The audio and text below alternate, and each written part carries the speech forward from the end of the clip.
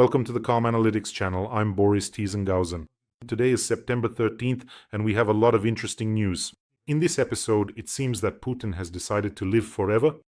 His inner circle is pouring billions into the genetics of immortality, and one of his daughters has taken the lead on an anti-aging project. How dictators throughout history have searched for the key to eternal youth. I'll talk about that in this episode. And also, a story about Stalin. It will definitely surprise you. Meanwhile, Europe should expect new provocations from Russia literally in the coming days. And what shocking discovery Nato made just a couple of days ago. All this and more in today's episode. There's a lot of interesting stuff ahead. So if this is your first time on this channel, make sure to subscribe so you don't miss future episodes. So Putin has seriously set his mind on living, if not forever, then at least for a very long time, definitely more than 100 years. Or is it his inner circle that wants everyone to think so? I think many of you remember that conversation between Putin and Xi Jinping in China about how to extend life.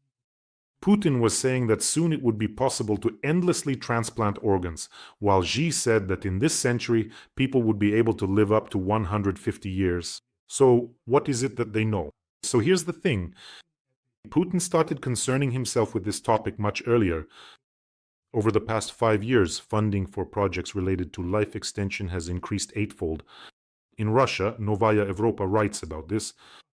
And now Russian taxpayers' money is already supporting 43 projects in the field of fundamental medicine that are related to aging. I think you understand perfectly well that all these projects, all this colossal money, billions and billions, are not meant to extend the life of the average Russian pensioner. Well, to be precise, they are meant to extend the life of one particular Russian pensioner. In other words, Putin really doesn't want to go to hell, where, by the way, they might not even accept him. And all this activity is controlled by Putin's inner circle.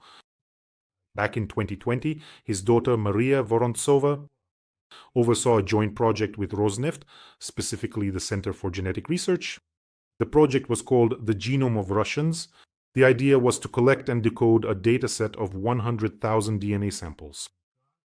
Naturally, the backbone of the project was made up of Rosneft employees. In short, colossal amounts of money were allocated. In November 2018, Putin issued a decree on the development of genetic technologies. So, in general, he's been involved in this for a long time. And of course, he controls not only his daughter, but also his closest circle. For example, the Kovalchuks, who are notably very close to Putin. One of these Kovalchuks heads the Kurchatov Institute, which oversees many projects related to the study and slowing of aging. They play a key role there. In other words, a group has formed consisting of people very close to Putin, even some who are related to him by family ties. These are the people who are overseeing this topic, so they approach the matter very seriously. You know, it sounds like something out of a science fiction movie. When something serious happens, some disaster strikes the planet. And there's a group of people close to those in power, especially valuable employees for them. Only they possess some kind of top secret knowledge. And as a rule, when some catastrophe occurs, they hide somewhere. This project is called Ark, or Noah's Ark. Well, you've probably seen movies like that. There are a lot of them. But I have another hypothesis, according to which that conversation between Putin and Xi Jinping, which Chinese television later strictly forbade from being shown, including to the Reuters news agency, well, that conversation was leaked on purpose, and someone turned on the microphone at that exact moment for a reason. It seems to me that when they toss around numbers like that between themselves, like, yes, in this century we'll live to 150, or soon I'll be practically immortal.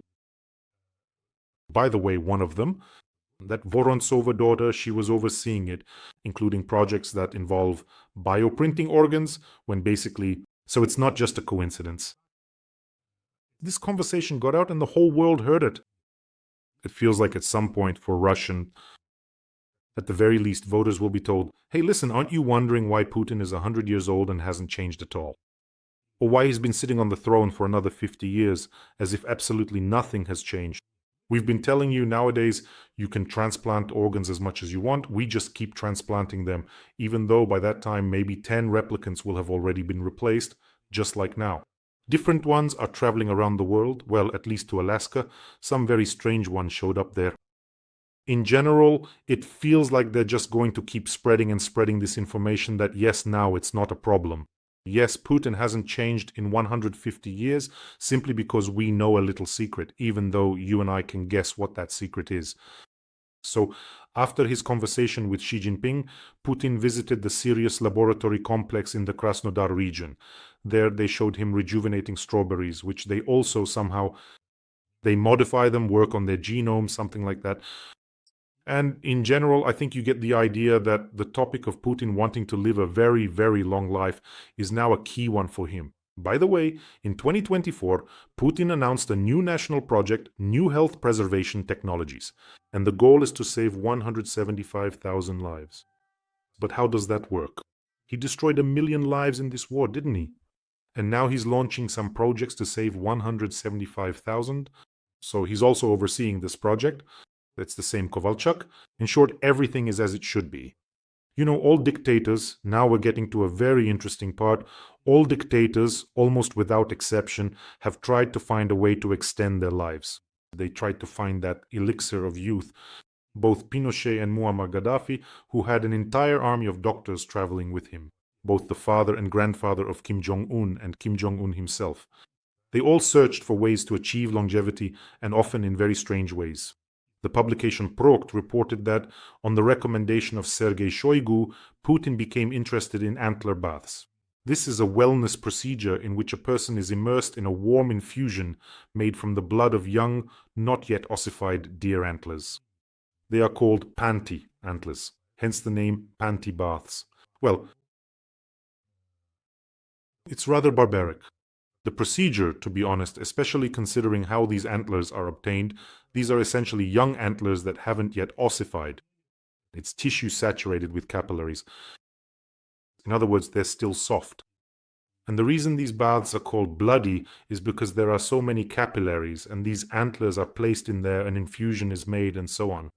And then some old man soaks in this infusion. They are harvested in a barbaric way. So it's basically an organ. When they're not yet ossified, they're just cut off. And anesthesia, of course, isn't always used. That's why it's a barbaric procedure, a barbaric way of harvesting. But Putin, of course, doesn't care. He could sacrifice 1 million people there. Why would he care about deer or marals? By the way, entire institutes were created for Lenin and Stalin to prolong their lives.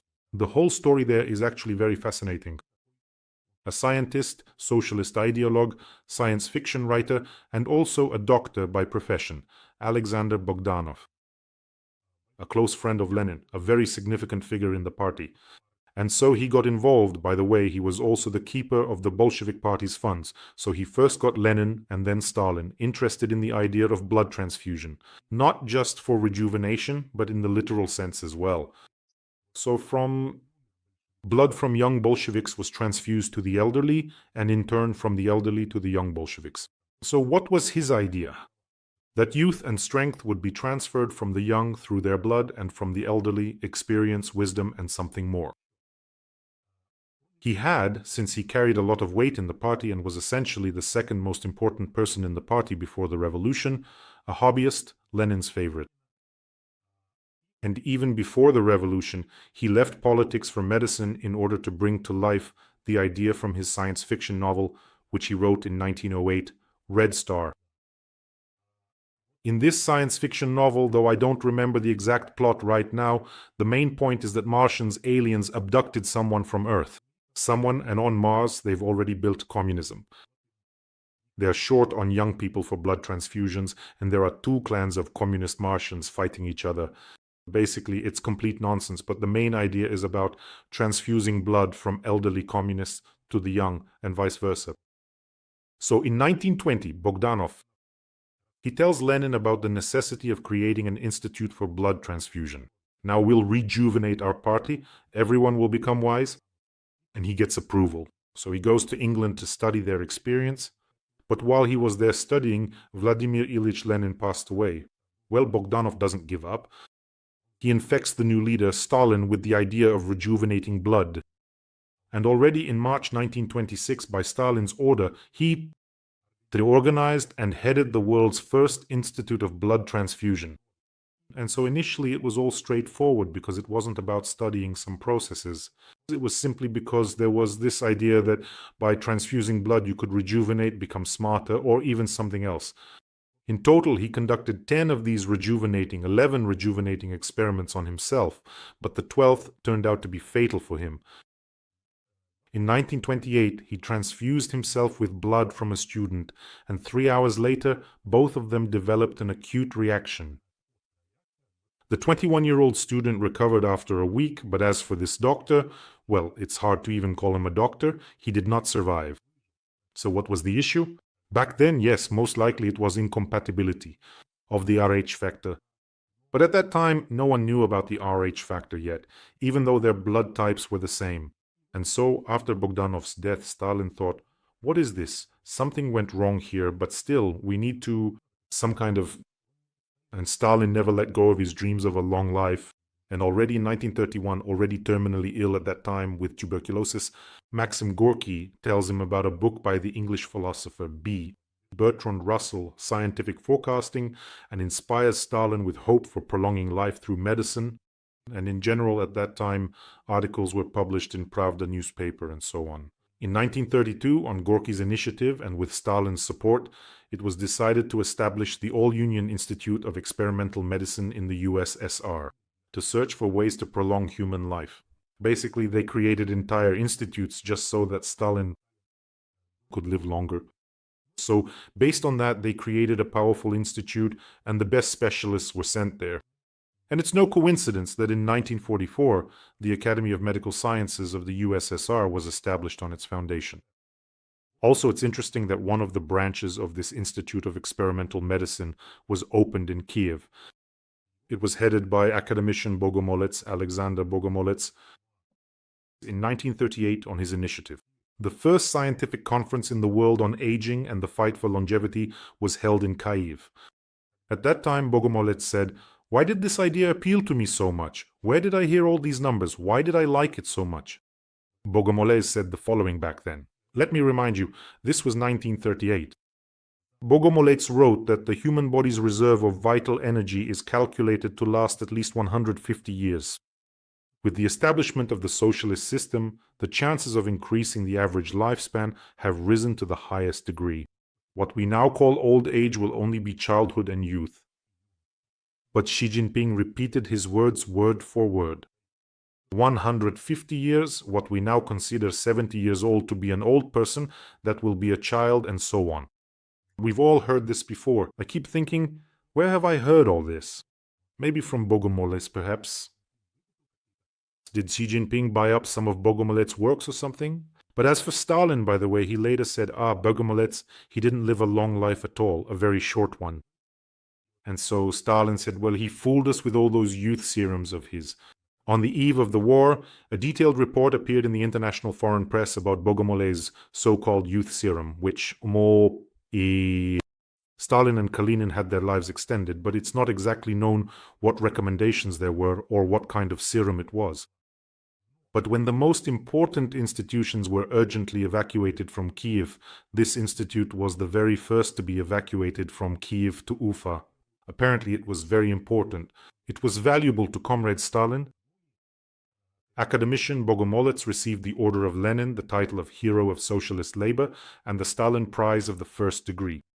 That wasn't for nothing either. Well, and then, when he died at over 60, Stalin said, rascal, so the serum won't work on me either. Well, apparently, it really didn't work. By the way, friends, don't forget to subscribe to this channel. It helps with promotion, and these kinds of historical excursions are interesting. About Ukraine, about Kiev. We'll keep making them, and not just about that. Every voice matters. Join our community, support independent journalism, and help us bring you the truth from Ukraine. Become a member of Ukraine Today. Join us now. So, the next news item. Russia is not interested in escalating tensions with Warsaw. This was stated by Russia's permanent representative to the UN, Nebenzia. That is according to him, and you really need to hear this. Nebenzia made the following statement.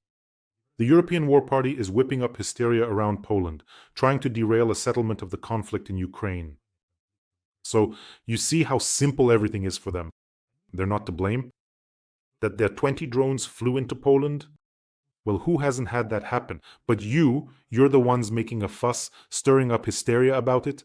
So what if it's 20 drones, right? Let me just remind you, this is the same Russian representative at the UN who claimed that they found drones on Ukrainian territory with a capacity of up to 30 liters, supposedly meant for spraying bioagents to deliver killer mosquitoes, which somehow are supposed to only affect Russians. That's him. That's Nebenzia. Honestly, I don't know. They're just mocking the civilized world. And he's the author of this masterpiece. I remember that nonsense very well. So, listen to what Nebenzia said at the UN Security Council.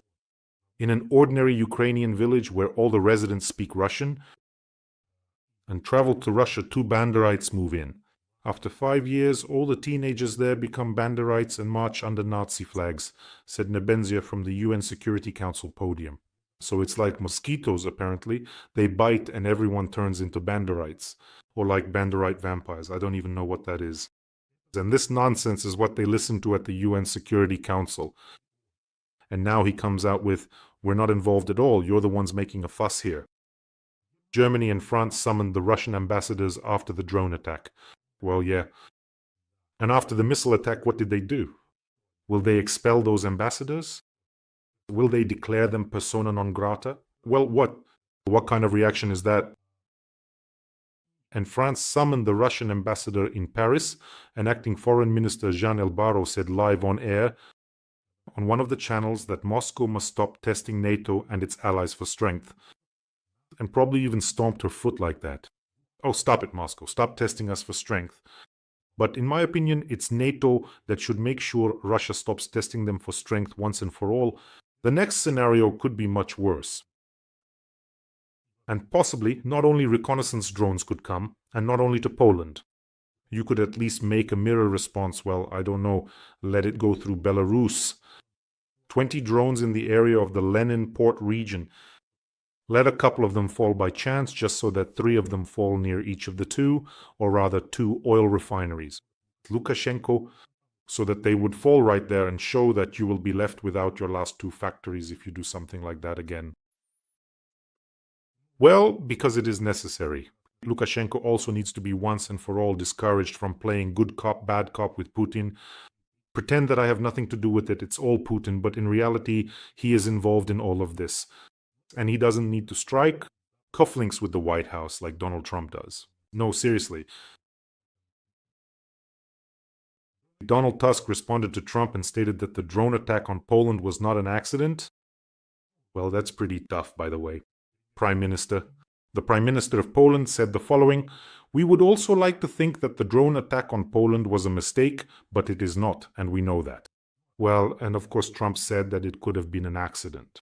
I wonder if 20 drones accidentally violated the airspace of the United States and landed somewhere near military bases, Russian drones too. Would Donald Ramba call that a war? Or would they say, like birds, they just flew south and took a wrong turn? What's going on? And 46 UN member states signed a joint declaration on Russia's involvement in the drone incident in Poland. Only 46 in total. Let me remind you, there are 193 countries in the Organization of Concerned Nations. And what's surprising here is that besides Poland, Hungary also signed, and Georgia. Well, yes. So we see that Putin has received this terrible secret I mentioned earlier, the one revealed by NATO, that they are not ready for war at all. They were simply caught off guard that all these years, even now, as they are increasing defense spending to record levels in the countries of the North Atlantic Alliance, to record levels. Poland, for example, is spending 5% or more. But what kind of war are you preparing for? What were you buying? What were you buying when for 3.5 years drones and missiles have been flying over Ukraine? What exactly were you planning to defend against? Was it just intercontinental ballistic missiles? Or something else? Or was it tanks? What were you buying? Tanks. I have a friend, I remember, he was the first to show me videos like this of his unit. A young guy, just 20 years old. Back when FPV drones were just beginning to be used en masse at the front, he showed me a video of how, quite literally, a $500 drone was able to destroy a tank that was worth many, many millions of dollars. So, what exactly were you buying if you didn't even get the basics to counter Russian drones? Well, you basically did nothing about it. By the way, friends, let me remind you, for these brave guys who not only build drones themselves, but also pilot them and fight, right now, we are raising funds for a separate brigade of soldiers. They are currently fighting in the Pokrovsk direction. This is the Boden-Khmelnytsky brigade, and it's a very tough area, one of the hottest spots right now. At the moment, we've almost finished raising the funds. Let's pull together a bit more and help them out. They really do need transportation. Right now, it's extremely necessary there. The vehicle for them has already been reserved. So as soon as we finish the fundraiser, they'll get it right away. I'll definitely send a video and show you. It's very easy to support the fundraiser. There's a link to private in the description of this video. There's also a link to Mono and a PayPal link for those who want to help from abroad. A huge thank you to all of you. If for some reason you don't see these details, there's a QR code that leads directly to the fundraising account. Now let's talk about which methods actually work when it comes to confronting the Russians. A severe fuel crisis is beginning in Russia after Ukrainian drones struck oil refineries. A gasoline shortage has already affected more than 20 regions. In other words, if previously the shortage was recorded in the Far East and Crimea, then September has brought another 10 new regions into the crisis. Ryazan, Nizhny Novgorod, Saratov, Samara, Ulyanovsk, Penza, Rostov, Astrakhan regions, as well as Kalmykia and Tatarstan. As they say, we've arrived. Deneftization is in full swing. This is the only language the Russian Federation understands. Let me just remind you, there are 30 major oil refineries in Russia. Disabling even half of them would cause a nationwide fuel collapse. So, in response to the smug grins of Nebenzia, Lavrov, Zakharova, and Putin, and Medvedev in response to those arrogant smirks, we didn't want this. But this could very well be the answer. You don't know how your drones ended up here, but we don't know how our missiles ended up in the skilled hands of the Ukrainians. Well, and then at your refineries, believe me, for every drone, take out one Russian refinery. That's all.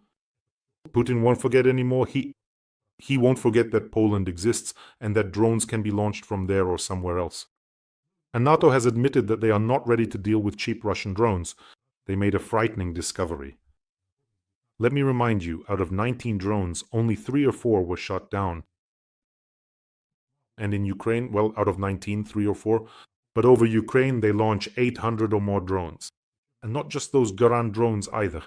Not the ones without a warhead, but the huge Shaheds that can take out an entire apartment block. The Russians are now working to further increase the warhead size on these Shaheds. There are even jet-powered ones now. So they admitted it and naturally raised the question, are we going to do this every time? Are we supposed to scramble F-35s every time these drones come? So there are a lot of questions about what exactly was being purchased all this time and what kind of war they were preparing for.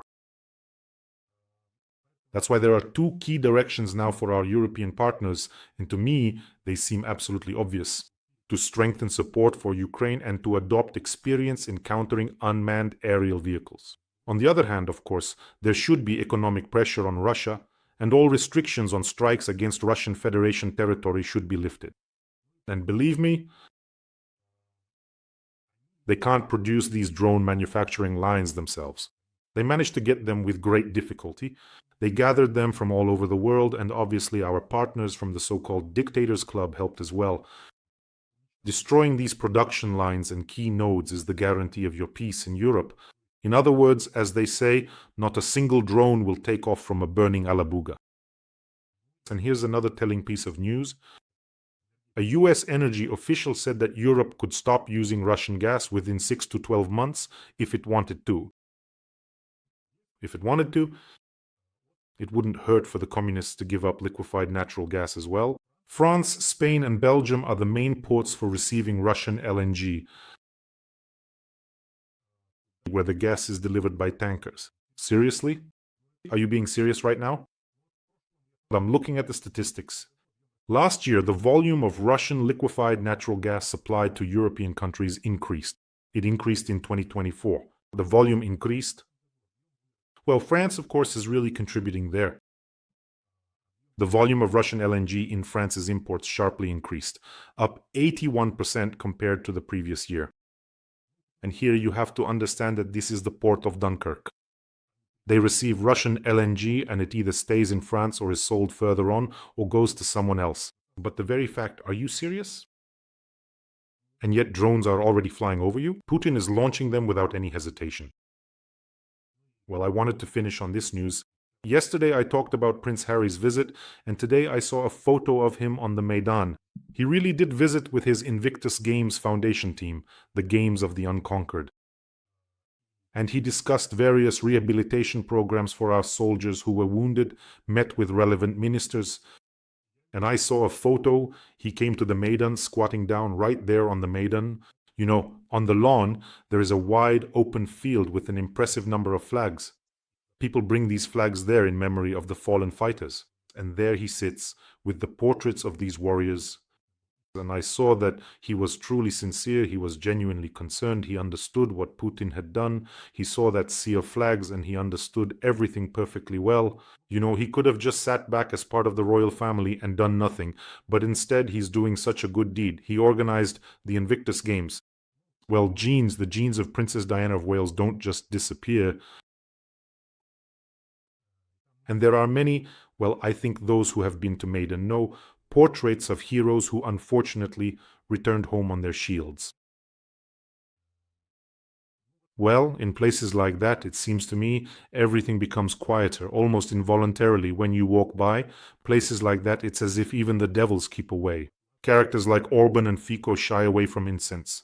They hold meetings somewhere, always somewhere far away, right on the border. Fico holds them right at the border. God forbid, I don't want to. Because if you dragged him there, just told him, stand here and look right here at what your idol and buddy Putin has done for oil and gas, the one you're bending over backwards for, look at what he's done. Although it seems to me, if you have a conscience, you have it, and if you don't, you don't. And taking this opportunity, I want to say a huge thank you to everyone who helps Ukraine and supports Ukraine in its fight for freedom. Believe me, dictator. You can spend as many billions as you want on the elixir of youth, but no one is safe from a blow to the back of the head with a snuff box. This has been proven by many dictators. Take care of yourselves, take care of your loved ones. Let's support the fundraiser for our soldiers. We have just a little bit left to go. Wishing us all a peaceful day and, of course, glory to Ukraine.